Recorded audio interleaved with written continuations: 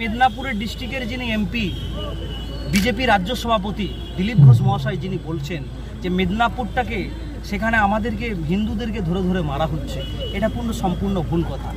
আমরা আজকে এটা বার্তা দিতে চেয়েছি, আমাদের যে বাক স্বাধীনতা, অর্থাৎ আমরা গণতন্ত্রকে হত্যা দিতে পারি না, অর্থাৎ আমরা যে বিজেপি শাসিত রাজ্যগুলো যেভাবে আছে মানুষকে হত্যা করা হচ্ছে, পশুর মতো করে যেভাবে হত্যা করছে, তারই তীব্র প্রতিবাদ এবং নিন্দা আনানোর জন্য আগামী দিনে আমরা বৃহত্তম আন্দোলনের ডাক দিচ্ছি যে ভ্রাতৃত্বের বাংলাতে থাকতে গেলে জাতি ধর্ম বর্ণ নির্বিশেষে সবাইকে একত্রিত হয়ে থাকতে হবে।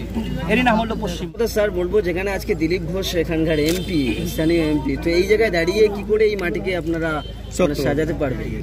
দেখুন, এটা আজকে দিলীপ ঘোষের মাটি, এই মাটিটা দিলীপ ঘোষের মাটি নয়, এই মাটিটা সাবরার গ্রামের জাতি ধর্ম বর্ণ অর্থাৎ হিন্দু মুসলিম খ্রিস্টান সবাই একত্রিত হয়ে যে মাটিটা শান্তি সম্প্রীতির মাটি অর্জন করেছে তাদের মাটি।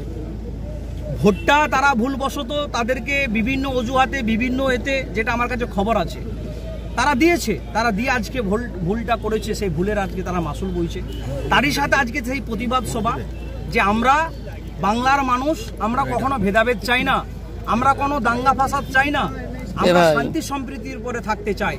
আমরা খাটনেওয়ালা ব্যক্তি, রিক্সা চালক থেকে শুরু করে বিভিন্ন সম্প্রদায়ের মানুষ যারা কর্মজীবিকাতে লিপ্ত থাকে, তাদের জন্য একটাই আমাদের উদ্দেশ্য যে অল ইন্ডিয়া মজলিসে ইত্তেহাদুল মুসলিমিন তারা কিন্তু দলে দলে তারা যোগদান করছেন।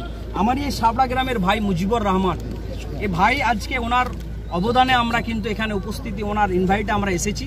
তো উনি বিভিন্ন সম্প্রদায় এবং বিভিন্ন মানুষকে নিয়েই উনি চলেন।